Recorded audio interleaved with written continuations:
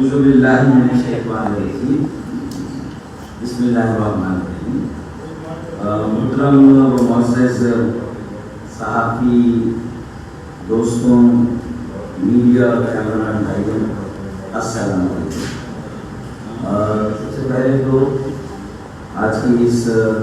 Press conference میں آپ کی نمبر آفتہ بے انتہا شکریہ.